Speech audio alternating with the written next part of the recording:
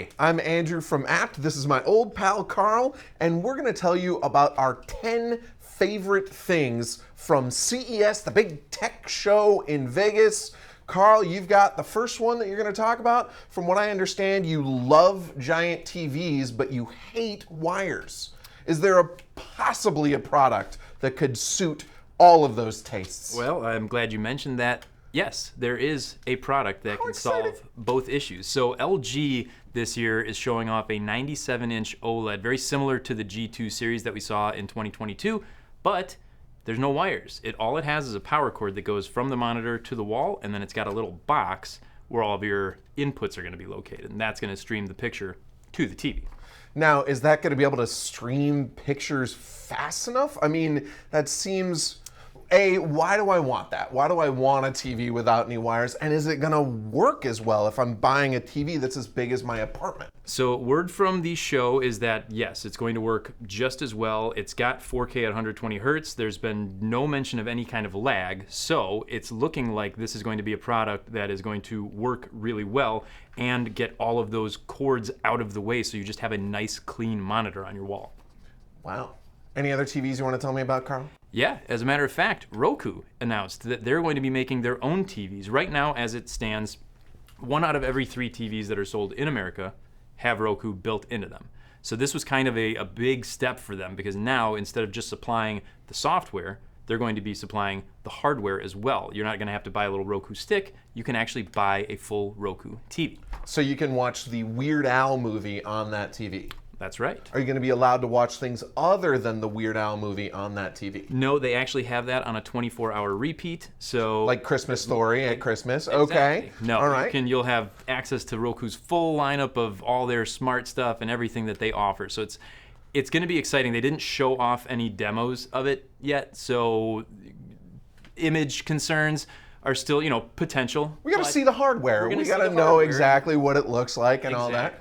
But Exactly. Roku, okay, that's a good, a new brand getting into the space. Increasing competition, it can only be a good thing. Absolutely. All right, so speaking of increasing competition, the hot competition around electric inline skates? Oh yeah, that's all anyone's talking about. All anyone's talking about is the competition here. So Atmos Gear, this is my top pick. Atmos Gear is the brand, and they have inline skates, so, rollerblades if you're cool. Electric skates, so they can go anywhere from 18 to 28 miles an hour, these rollerblades, and they have like this little fanny pack on the back with power in it, and you control yourself with a remote control. It is wild. Okay, and so if I'm going 28, I want minimum 10 wheels underneath each foot. These are obviously...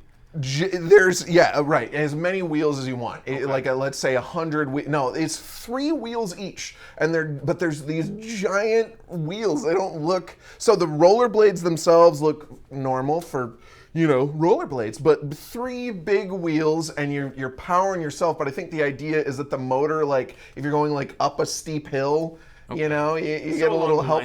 Along the lines of an electric bike then. Along the lines of an electric bike, but with a fancy fanny pack with a motor in it. You are going to just be so stylish wearing these things. Fancy fanny pack. With a fancy fanny pack. I mean, it sells itself right there.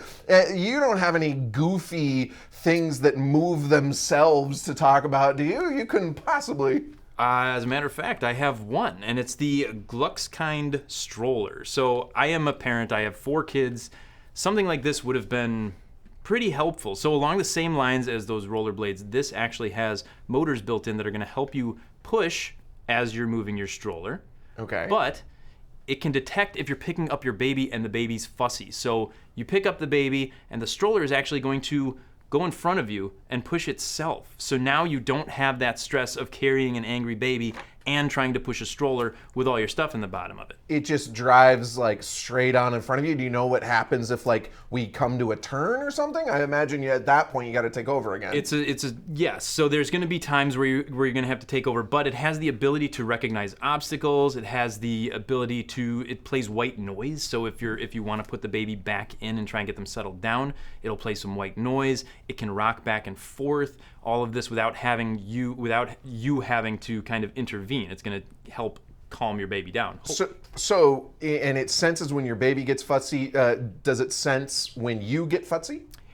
I don't know that the technology's progressed that advanced. That far. Okay, It's like maybe a beer could pop out for for a stressed parent, but maybe we'll see that in 2024. The next one. Next year, yeah. Flying, popping out beers out of your robot-powered fanny packs with the self-guided strollers, all kinds of cool things. We do have some other ordinary tech to talk about, like a Samsung tablet that both folds and slides. Okay, so it's not super ordinary. This is CES. Nothing is super ordinary. Yeah, it's called the Samsung Flex Hybrid Tablet. You get all those names. You get so many names for the price of just one device. And it folds open and then slides even further to become this, relatively compact device into this huge tablet thing. And it can automatically jump from a 4:3 to a 16:10 aspect ratio. It looks pretty neat. I don't know how much else there is for this device other than like folding out and being nifty, but it looks cool. But I think that's the whole point of a product like this at CES, is basically just to kind of show off what these manufacturers can do. I mean, 4:3, you can watch all your old Johnny Carson highlights. You kids know what I'm talking about, right? They all love Johnny Carson, yes. Well, because Samsung's, their foldable phone was huge. So obviously they're trying to double down on that with a tablet. And that wasn't the only interesting foldable thing that we saw. Lenovo has yoga books that are like your sort of hybrid, tablet, laptop things. The Yoga Book 9i, so it's a true dual screen laptop. So it's like a clamshell laptop, but you pop this thing open, and then instead of a keyboard here and a screen here, both of them are 13.3-inch screens.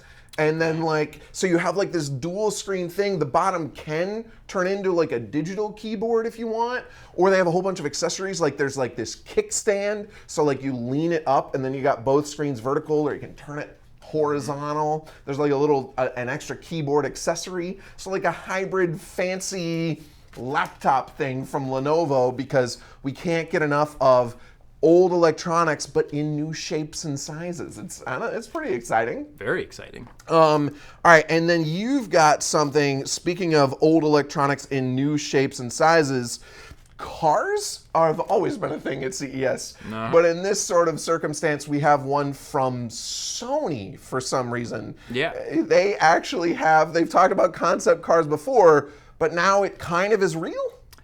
It's getting there. They showed off a car a few years ago, and it was actually pretty cool. We were at the show at that time, so we got to see it in person. And it was one of those where they're just showing off what they can do. There was no real, I think, motivation behind it, just other than to show, hey, look, we can do this. Now it's real. They've teamed up with Honda. Supposedly, they're going to be starting to ship these in 2026. So it's going to be really more of an augmented reality experience, it sounds like, than an actual driving experience. So if you like playing video games, it might be an interesting car for you. And I know you're a video game expert, I'm Kyle. a huge video game expert. I've played almost 4 or 5 titles. Yeah, you just have the repertoire. But is this something, given that video games aren't something that you normally are interested in, is an augmented reality car something that would catch your interest? It's electronic, so yeah, I've driven Teslas before, and the electric cars are super fast. So if you like speed, if you like quick pickup, electric cars just by themselves are an interesting concept. But then you add in all the extra stuff.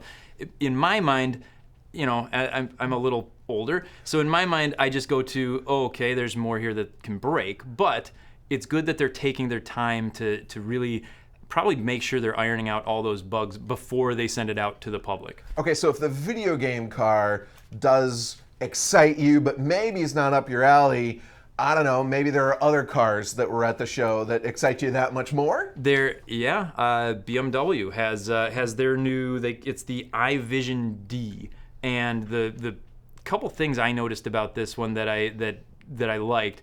One, there's one visible button on the inside. So if you like tactile things, maybe this is not the car for you. But if you like a very clean, very sterile kind of, I guess, environment around you, this is something that you might like. And The cherry on the top, you can change the color of the outside of the car.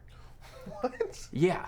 So I don't know if that's going to be necessarily distracting to the other drivers on the road, but Oh, maybe. you wake up, you feel like driving a yellow car, you tell the car, I want you to be yellow today. Well, and our cameraman Prince likes to match his shoes and his shirt to have like, all purple or something. So I imagine that this would be right up his alley because then he could make his car purple too. Absolutely going to make Prince's day having one of these cars. Fantastic. Okay, I'm going back to Sony real quick because we talked about video games and Sony, and actually one of the cool things, so they didn't show off that much in terms of TVs, which is kind of not typical for them. Right. But they had this cool accessibility thing for their PS5, their big video game console called Project Leonardo. The idea is that it's a highly customizable controller. Like it looks like a circle, and then there's these buttons that can come and go on the side, and you can put these big buttons wherever you want and configure it however you want. Mm-hmm. And the idea is that it's going to be easier to hold or set down if people have trouble holding a thing for a while. Okay. And then the buttons are going to be big and can be placed wherever if you want to play games, but let's say you have trouble like tapping precise, smaller buttons. Mm-hmm. So this is really neat. Sony has been trying to push accessibility in games here for a little bit with like their titles like God of War Ragnarok have all kinds of accessibility features built in, and this seems to be taking it to the next level, and they gave it like some prime time spotlight at CES, and I don't know, I feel kind of good about that. Yeah, it's good making it accessible to whoever wants to be able to play and use their products. I think that's a great step forward. I'd be excited to see this, and apparently they worked with like accessibility communities and things like that in order to like really make this in tune with the people they're trying to reach, which like, I don't know, I think gaming's for everybody, even you, Carl. And Possibly. Possibly. All right, but let's pull back to technology. So we talked about cars, and Ring, who's known for their video doorbells, they've got security and things like that. They also have something related to cars this year. Yes, they actually released a car cam. So now if you have Ring products throughout your house, you can add another one into your car. This has a forward and rear facing camera, which is great. So I can imagine a lot of like rideshare drivers adopting this into their cars, because now you have a camera that you can see out the front, you can see out the back, and within the cabin. Plus, if you're driving by yourself or you're driving with somebody and you don't want the interior camera on, it's got a little shutter built in, so you can turn that off, and that's going to cut off the video and the audio from inside the car. Do we know if it's going to like sync up? Ring makes a bunch of smart home stuff. They're owned by Amazon, who makes a bunch of smart home stuff. Mm. Is it going to be able to sync up with that? Like your car gets home, and is it going to do anything special? It doesn't necessarily do anything special when you get it home, but it is going to be part of your Ring ecosystem. So you can pay, they have a monthly fee just like they do for their other cameras. So it's either $60 a year or $6 a month. And that's going to allow you to basically use it like your Ring doorbell. So if you're parked outside, you go in to see a show, you can check what's going on around your car from your phone if you have that service. It doesn't offer it. They do have the free service just like they do with their doorbells. But with the paid service, you get access to their LTE network. Okay. If you're parked at home, though, even if you don't pay for the service, it can connect to your Wi-Fi as long as your Wi-Fi signal's strong enough, so you can see what's going on at home just through Wi-Fi. Oh, hey. So if you want to check it while it's in your driveway or in your garage for whatever reason. I mean, I like smart home stuff, and it seems like expanding that to make your car smart and make it talk to all that sort of stuff is cool. And I mean, it really does seem useful, especially like you said, for like an Uber or a Lyft driver to be able to like have that as an even extra security measure, which Absolutely. is cool. And speaking of finding your way around, another product is called the Loovic Navigate and Walk. So I mentioned accessibility in terms of Sony's controller, and this one is kind of accessibility like. You're gonna put this thing around your neck, like like over ear headphones that you're taking off for a hot sec, and then it's gonna help you walk around. It's gonna help you with directions as you're walking. So like you're gonna walk around, and this guy is gonna say turn left and give you a little haptic feedback when it's time to take a turn. And then I mean, this guy might do it if you're trying to take a right turn. Why not? Why not? So that sounds really cool, and I do believe that it's primarily designed, it's from a Japanese startup, and it's primarily designed, again, for accessibility, for people who have cognitive trouble navigating under normal circumstances. But I also think like this would be something, if you're trying to keep your head up and navigate and not like look at your phone if you're in a new city or something. Yeah. I mean, that'd be kind of cool. Absolutely. It's something I would be able to take advantage of. I have trouble getting from my chair to the door sometimes. So anything that can help me with my directions is absolutely welcome. And then you just have to build in, hey, the door is over there into the thing. And then it's like, here, Carl, it's right there, pal. Just keep going. You're almost there. That would be fantastic. Okay, so we talked about the things that are really like the highlights of the show that are making all the news. But Carl and I each have one last one to give you that's kind of a personal favorite that really stood out to us.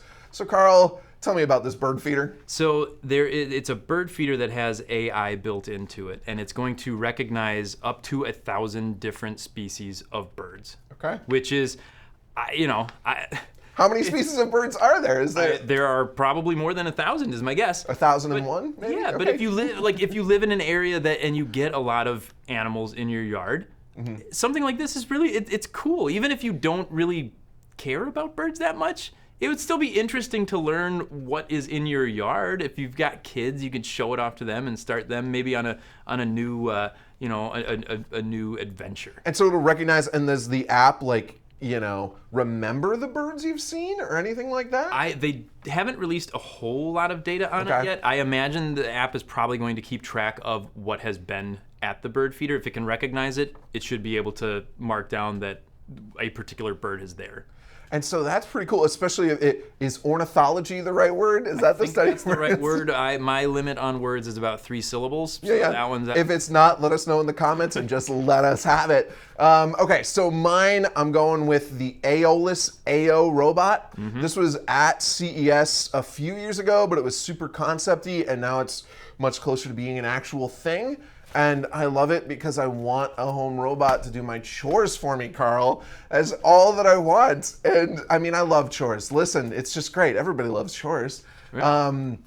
The idea is that this guy has like an actual hand that he can use to recognize and pick up objects. So he can like wheel you your lunch and like set it on your table. And he's got like this sort of conical shape at his base that he raises and lowers enough to be able to reach over and put it on the table and then like go back to doing a thing. So it's really cool. It's got cameras for security, and then he's gonna have like an accessory that's like a disinfectant hand. So like you can scroll it over like doorknobs and things like that and use like UV light to disinfect stuff. It's wild. I don't think he's going to be affordable for anybody, but like I believe he's primarily going to end up being marketed for hospitals and industrial places that could use security and disinfectant. And he has face recognition, posture recognition, so he knows if somebody falls down. I'm excited, Carl. I would be more on board if it actually cooked the meals for me, but a lot of cool features. And maybe soon the hand will be able to like grab the paprika and add it to the dish. And do you really need any other spices? And you just need the one spice and the 1,001 bird species that you can keep track of, all with the tech that we saw at CES, along with the stuff that it might actually be useful in the home, like foldable tablets and self-pushed strollers and lots of cool stuff to keep an eye on. And we're gonna keep an eye out for it too right here on this channel. So please like and subscribe and stay tuned. And thank you very much for watching.